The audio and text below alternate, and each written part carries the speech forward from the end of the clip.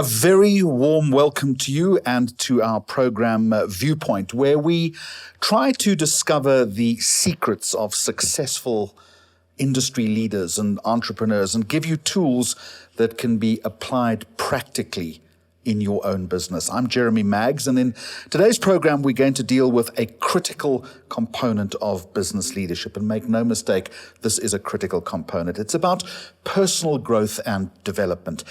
Let me give you some background here. I think it's fair to say that we live in an increasingly challenging and volatile time. I don't need to mention the public violence that we've seen, the pandemic that we're all dealing with at the moment. And the organizations, I think, that succeed are the ones where leadership has a strong, developed sense of value, underpinned by a deliberate intention around leadership and personal growth. Sounds quite a lot to digest, but we're going to make some sense of it. So today we're going to explore very simply with two special guests why personal leadership is integral to organizational leadership. So I mentioned that we have two special guests today, and both of them bring real color and dynamism to this conversation, both in terms of their personal as well as their professional backgrounds. And I hope they will provide very different approaches to the entire personal development journey. Our first guest is Andiswa Bata, and she is passionate about the development of entrepreneurs. Who is she? Well, has won awards for developing financing solutions for women over the past decade or so, and she's been in the banking sector for about the same amount of time, and is focused on our audience specifically today as the joint head of SME at First National Bank. We're going to talk personal development, but also the money side with her. Sitting next to her is Welile Maleka, a trained lawyer turned economic development specialist, and now a leadership and professional development practitioner, as well as a facilitator at the University of Pretoria in their senior leadership development program. She is also a change management partner at the Progressus digital platform, as well as chief executive officer of Camber Coaching and Consulting. Folks, a very warm welcome, and I'm looking forward to an honest, robust, and interrogative conversation about personal development and that nexus with entrepreneurship. And Andiswa, I want to start with you. You sit squarely in that space of assisting entrepreneurs. People with a big vision, people with a big dream, people who see the future as something bright and wonderful. How important, in your opinion, is that notion of personal development when it comes to starting a business? Very, very important because, as we know, entrepreneurs, you tend to be the jack of all trades when you're starting because you've thrown your entire sweat, your savings, and maybe even some tears into starting and growing a business. So you're the sales guy, you're the marketing guy, you're the recruitment team, and at the same time, you're also trying to be the accountant. And in the middle of all of that, it can then sometimes be difficult as an entrepreneur to recognize that there are some things that are actually missing in your toolkit. So pure skills development is quite important for you as the business owner. But also, as your business then grows, as you seek to access new markets, you hire more people, it is important to also have checkpoints where you identify your own leadership gaps and management gaps as the business owner, because there could even be a time when you're no longer the right person to take that business to the next level. And without the right conversation and the right reflection from a personal development perspective, it can be very difficult to identify those. Does FNB put a premium on the personal development conversation at the get-go? We try to. And with millions of clients, it is obviously sometimes quite challenging actually to reach each and every one. But with various social impact labs and various entrepreneurship programs, one of the very first questions we like to ask is exactly that, is the why behind a business and where you're looking to take it, and a reflection on you yourself as the entrepreneur and your role in that. So, Welile, good afternoon and a warm welcome to you. Why is the why so important? The why really is going to give you a clear opportunity to chart a very robust plan. around what you're trying to achieve. So if your why is not clear, you're really going to struggle to keep the focus on where you're going. And I find that a lot of entrepreneurs lose that focus as they're going about their day-to-day life. So it's always important to have a clearly stated why, and to always keep cross-referencing back to it in whatever it is that you're doing. So how do you seed or start the conversation with an entrepreneur about the why? Because I'm assuming that often people don't think about that. They have one thing in mind, and that's to get rich quickly. Yeah, absolutely. But how are you planning on getting rich? So, for instance, if you say to me, well, let's take a look at me. Maybe that's a good example. Is my why is I'm passionate about people. I want people to be developed. My career has taught me about a glass ceiling, and I've wanted to understand why it exists and how do I penetrate that glass ceiling. But I didn't understand that at the beginning. It's something that literally took a coach sitting down and saying to me, I get that, but why? I get that, but and why? So it's about what we call the appreciative inquiry.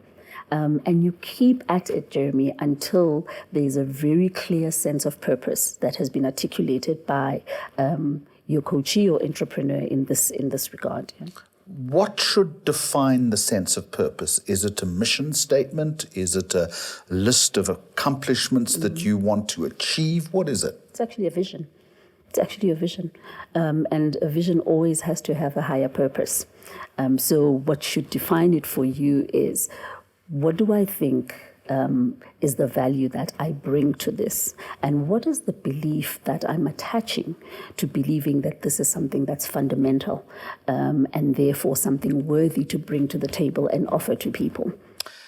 You know, I hear all of this and I completely buy into it. But often entrepreneurs, and you'll know more about this than I do, Andiswa, they are in a hurry.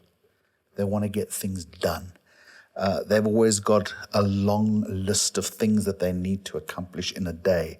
How do you sit them down and start having that philosophical conversation when essentially all they want to do is get down to work?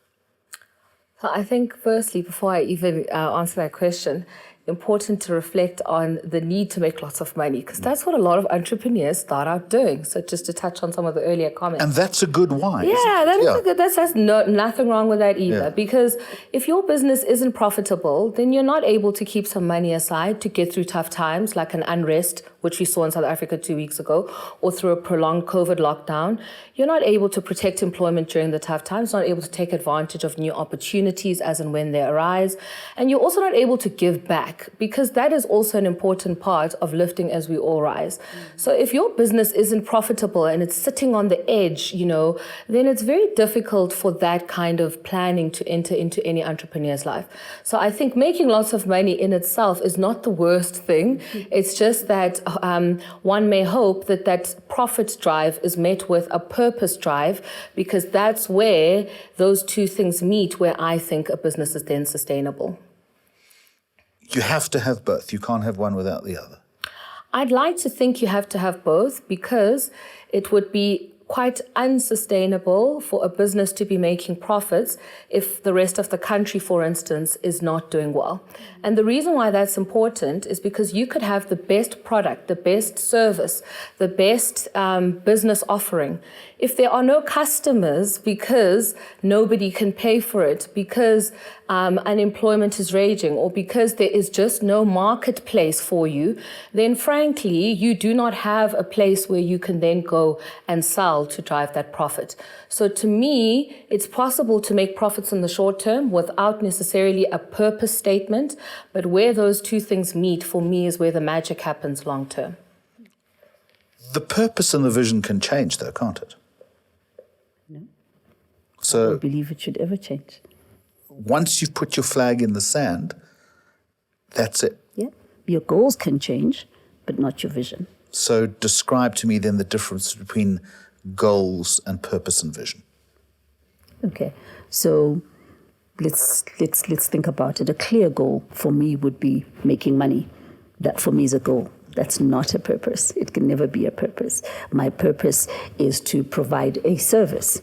So let's look at the COVID space. Maybe I decide that I want to create some form of offering around mental health because there's a need in the country right now. We're expecting that people are seriously challenged emotionally and psychologically, and I want to have an offering. That for me is a vision. There's a reason I want to do it. I believe in the wellness of the being because that translates to a family, to a community, to the country. And I think I said earlier that for me it's important that you have a really higher purpose articulated in your offering. So once I have that, the next logical question, and that's where you're talking about meeting at the happy place, is how do I then make money out of it? And that's certainly going to give me the drive that sees me waking up in the morning. Question to both of you. What are some of the visions of entrepreneurs that have stuck with you, that have sunk, that have impressed you? Wow. So if I think of some of the businesses that I've interacted with over the years, one of the ones that stuck most profoundly with me, actually interestingly, is a property mall owner who unfortunately was affected by the recent unrest. Their mall was burnt down in Sebokeng as part of this looting, which is quite heartbreaking. But nonetheless, when in conversation with him about why he started that business, it was to try and bring goods and services closer to the people in the community where he grew up. And so that is for me quite an endearing why as to why you go about doing something like that, building a township or community-based business, because it is specifically to try and bring goods and services closer to people, closer to their homes, so that they don't have to take a taxi to Rosebank or Bryanston to go and buy medication. And I'm assuming that person has never lost sight of that vision. So even, and God willing, there's a rebuild process here that will still continue to drive him. Absolutely. And that's why in this particular case, that entrepreneur is not just looking forward to an insurance payout to then immigrate with that money and go somewhere else. He's very determined to rebuild right where he was and start again. What about you? So I'm going to go a different route because I work a lot with what we're calling the millennials or the Afro-Canadians now. And a business that I found very interesting because I'm passionate about shoes was a young man who was working in a retail store selling high-end shoes and noticed that these women were always coming in to look for cleaning materials. And he started a very, very flourishing business, refurbishing, cleaning our shoes and bags. And to him, he said, a woman looking good is very important. And I see the confidence that the ladies bring when they walk into my shop. And I want to be part of that. And he's created something amazing.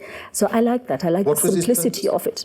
His purpose was to make sure that as a woman steps out, that they felt centered and grounded in themselves because of how they looked, because looks are very important for a lot of females, or for people generally. Andiswa, I'm not for one moment discounting the importance of the vision and purpose, but would it be your experience that entrepreneurs are so driven by the here and now that they don't have time to focus on that? And if that's the case, and I suspect you might say in a few instances it is, how do you bring them into line? How do you tell them to slow down? How do you tell them that the vision and the purpose is important? By its very nature, entrepreneurship is as much tactical, well thought out, strategic as it is opportunistic. So absolutely, you go where the opportunity is and you try and make the best that you can out of it. So now how do you get an entrepreneur who is motivated by that go, go, go and that solve, How do you right find now, 10 minutes in their diary? to do it? I think that you as any entrepreneur, I would encourage one to have a circle of people who can help hold them accountable. It doesn't have to be your banker. It could be a business coach, somebody who has who is within your business fraternity, who you know, who you share stories with. It could be your wife or your husband. You don't have to go and look very far for these kind of checkpoints in your life. It could be your mother, it could be a family member. So I think within within your peer group, within your business coaching circles, and maybe even within your family, surround yourself with people that are going to help you to hold yourself honest. You'd agree with that? Absolutely. How do you find that person? I think Andiswa has done a good job of articulating that. It's about relationship. It's about the quality of the relationships that you have around you. And what we're looking for really is about accountability partnership. That's what I'm trying to unlock, is that it cannot be someone who loves you and supports everything that you do and looks at the mistakes that you make and forgives you. That it's got to be a critical relationship, has it not? A constructively critical relationship. Yeah, a constructive relationship, yeah. So should it be in the family? It can be in the family. I think I'm a pretty good accountability partner, but in most cases, people go out and they look for that service. They recognize the need for it, and I think it's become so. It's just become customary now to look for that kind of support. And so people will go out and they'll look for a coach, they'll look for a mentor. They'll speak to other people that they admire and they'll ask for a recommendation. But I just find that, the latest entrepreneur is very switched on. They kind of know what they need. Instinctively they know they've got to look for that help. Yeah. That's an interesting point. Are you seeing a new philosophy then starting to emerge among entrepreneurs where they understand that they need that support mechanism or group or whatever you want to call it? I think even for those who didn't realize it, I think the last 2 years would have shown them enough flames to realize that you can't be an island, frankly. And so I think circumstances may have compelled even those who thought they could do it alone to now seek counsel from safe spaces.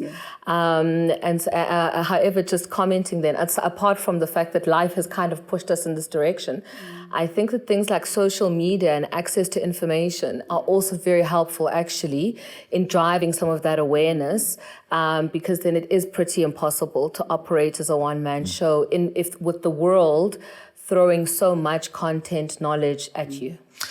Let me take the conversation in a slightly different direction. I want to talk about core guiding principles of the journey of leadership, the growth journey. I want to look at compassion and empathy, self-awareness, core personal values, and work-life balance. Let's start with the work-life balance. It's a criticism I've heard so often of entrepreneurs that there is none of it. Why is work-life balance important, particularly in the circumstances that we find ourselves in right now in South Africa and in the world? Because we've got to rest. Everyone needs to take a deep breath, Jeremy. And when we don't, what we run the risk of is stress and burnout. And that's exactly what we're seeing right now.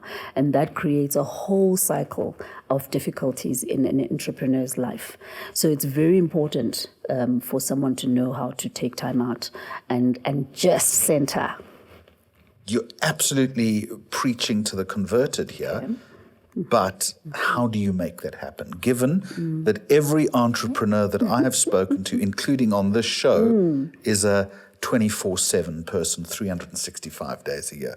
How do you turn around and say to that person, hang on, you have to rest. Stress, burnout can impact your future growth journey. It's not difficult to rein, what is difficult to rein those people in, surely. Look, it is difficult, but I mean, if you're working with someone, firstly, what you're going to be focusing on is building a relationship of trust.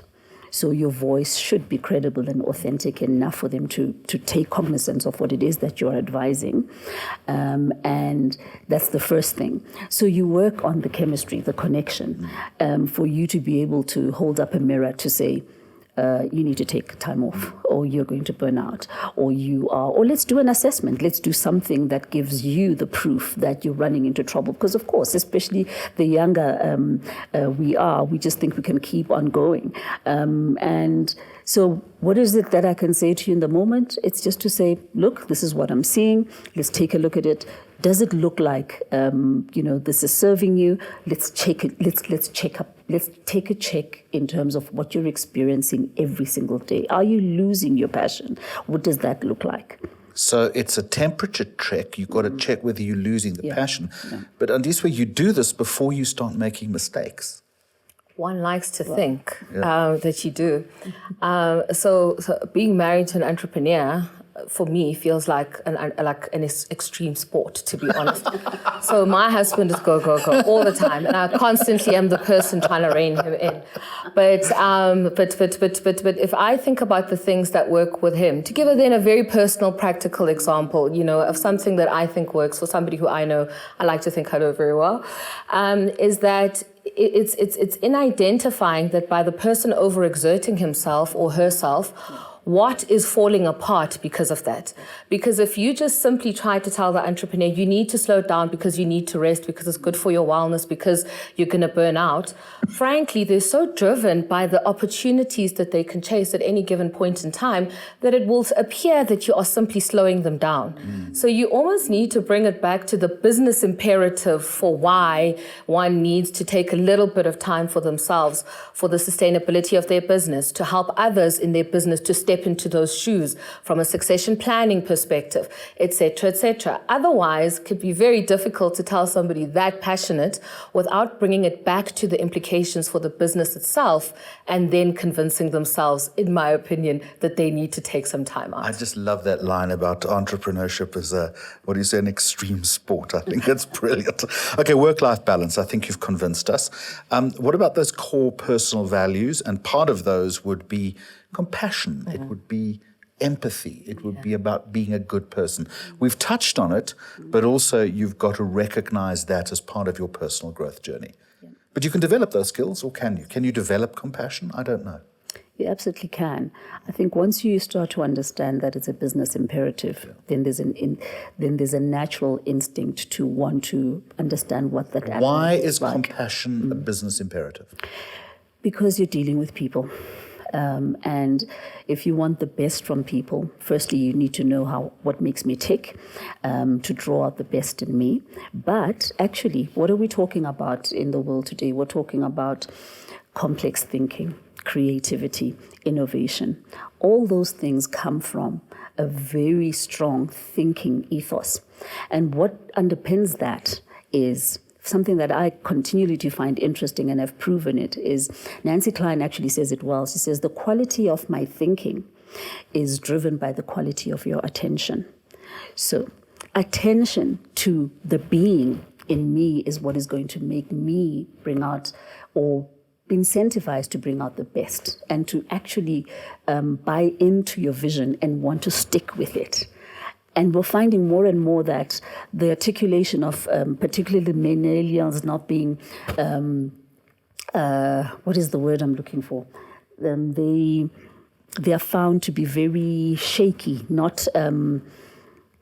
there's a certain word. Is it a self-confidence thing? No. It's about staying the course in changing. They're very mercurial. Yes, they're all over the place. Absolutely. Yeah. And I have two millennial daughters. I speak from deep and personal experience. I have 3. Yes. But what I is am one. Okay. But what and here sits a support group. Yeah. But what we've also found, and I think you bear this depending on the ages they are, is that they're also very attached to what's happening in the world. Yes. Their social justice thermometer is so robust. I wasn't thinking of what is keeping my daughters up at this age, and they want to respond to that. They want to do meaningful stuff. And if you, as an entrepreneur starting in a company, knows how to literally to bring that alive for them, then I think that you're starting to talk to what brings the human side of me out. So empathy and compassion, absolutely fundamental for me to believe that I've got something that is important I can bring to the company. And Andiswa, self-awareness is important as well. You've got to shine that mirror or turn that mirror around sometimes. Absolutely. And sometimes you might not like what you see reflected. And I think that's also the role of your accountability partners in your life, in their various shapes and forms, to help you do that. I want to comment on the empathy point, because we must not forget that people are operating with a pretty empty cup right now. Let's be honest. And I'm not just talking about COVID. Even before that, we had raging unemployment. The economy was already slowing down. And even at that point, there was load shedding, it's at the beginning of 2020. Then we had COVID. And as we know, that has brought about so much loss for so many. Not to mention the personal fear of of your own mortality as a human now and having to face that. Not to mention the income insecurity. Not to mention the fact that your brother or your daughter has been retrenched or whatever it is. And so I think that empathy at this point actually can sometimes be more important than driving the business result. Because if you can't read the mood in the room and know what will actually draw loyalty out of both your employees but also your clients at any given point in time, then frankly, it's very easy to lose the plot. And so leading with empathy, with compassion, with heart, and with a pretty strong EQ or some of that soft skills is actually quite important, in my opinion, at this stage, even if you're an entrepreneur looking to go and solve the world's problems. And that segues nicely into the people quotient of our conversation now. And I like the phrase that you used, reading the mood in the room. So it's also about reading the mood within your own organization, and it's about the importance of personal development of staff. There will come a point in the entrepreneurial journey where that becomes increasingly vital. What markers do you need to put down as you start to develop your staff? And maybe even relate it, if you can, Welile, to where we are right now in the pandemic space.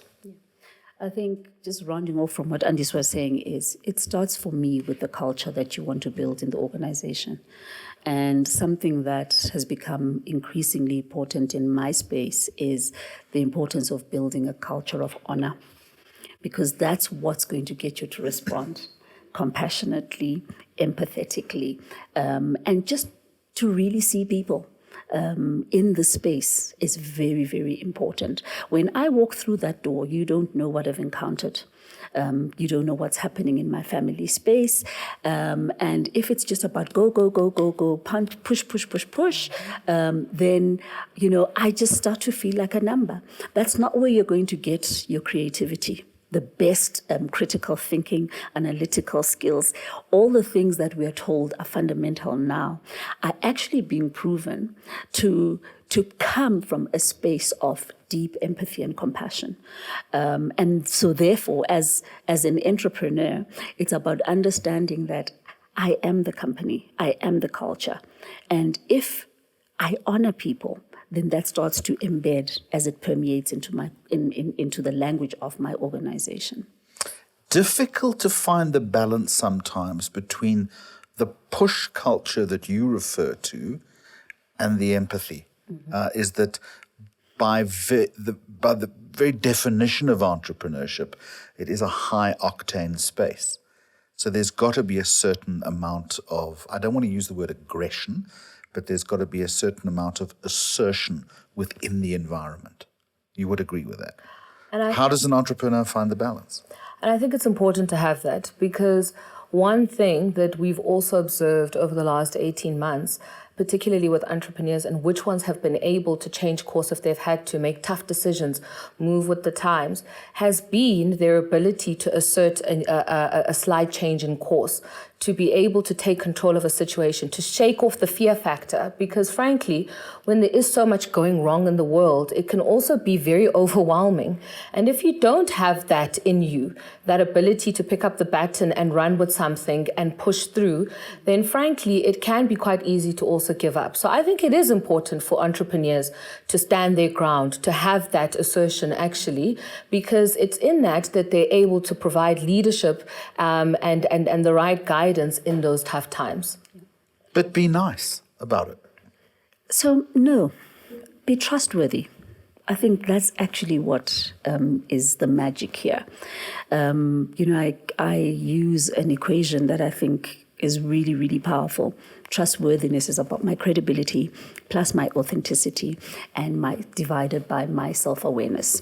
So to what level am I able to remove myself and look at a situation openly so that a person actually feels it's about them and not about me and the interest of the results, which is usually what we will get staff crying about. It's all about the results. I am just a number. I don't matter. So trustworthiness is something that is really worth talking about and investing time in bringing out as a leader, as an entrepreneur in the environment they're operating in. You've used that word trustworthy a lot in our conversation today. You have, and I think it's important, and I take a lot out of that.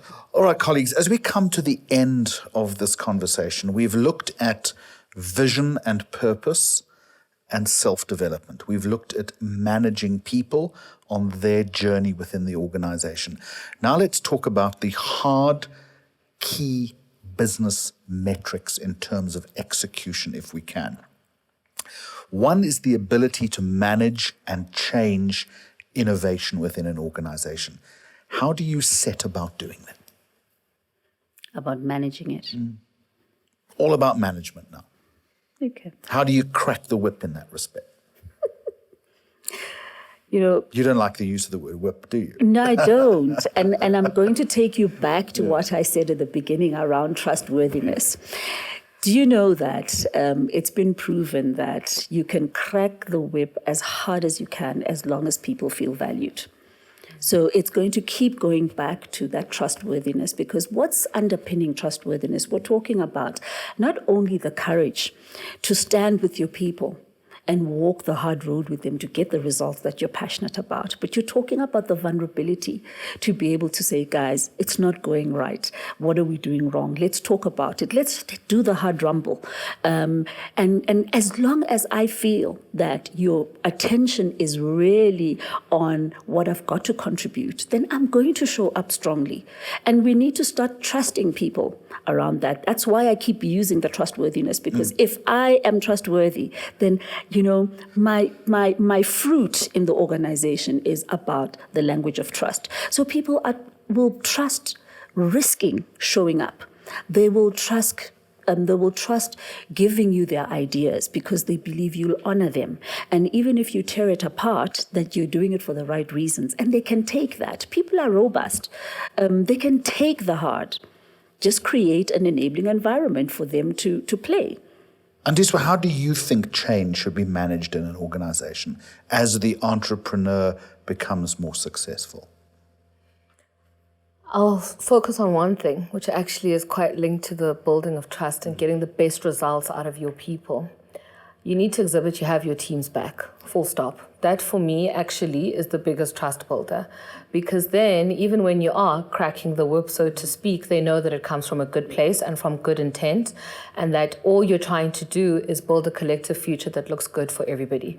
And so I think if you exhibit to your team often enough that you have their back, then frankly, I think even some of the harder conversations actually become very easy. And that will make the retention of staff a whole lot easier if you develop, as you said, culture. Yeah, I mean, you're talking about a growth mindset. And one of the biggest leadership skills that they're talking about now, which is very interesting because it's never been introduced before, is the we mindset. So we mindset, you've got my back, so I've got yours. And we need to understand that reciprocal nature in relationship. It works in our private space, it works in our workspace, and it should never actually be different. It's just a core currency between human beings. Do you think the we factor is missing a great deal in the South African business space? I think we've missed the boat, certainly. And I think if we look at what's happening now, isn't that the cry? That you've missed me, Where's my voice? You don't see me. And that's where I think we've been quite unfortunate, is that we haven't, in focusing on the reconciliation, I believe that we've just missed understanding that some things are just as simple as, I'm enough, I matter, I'm here, I'm seen.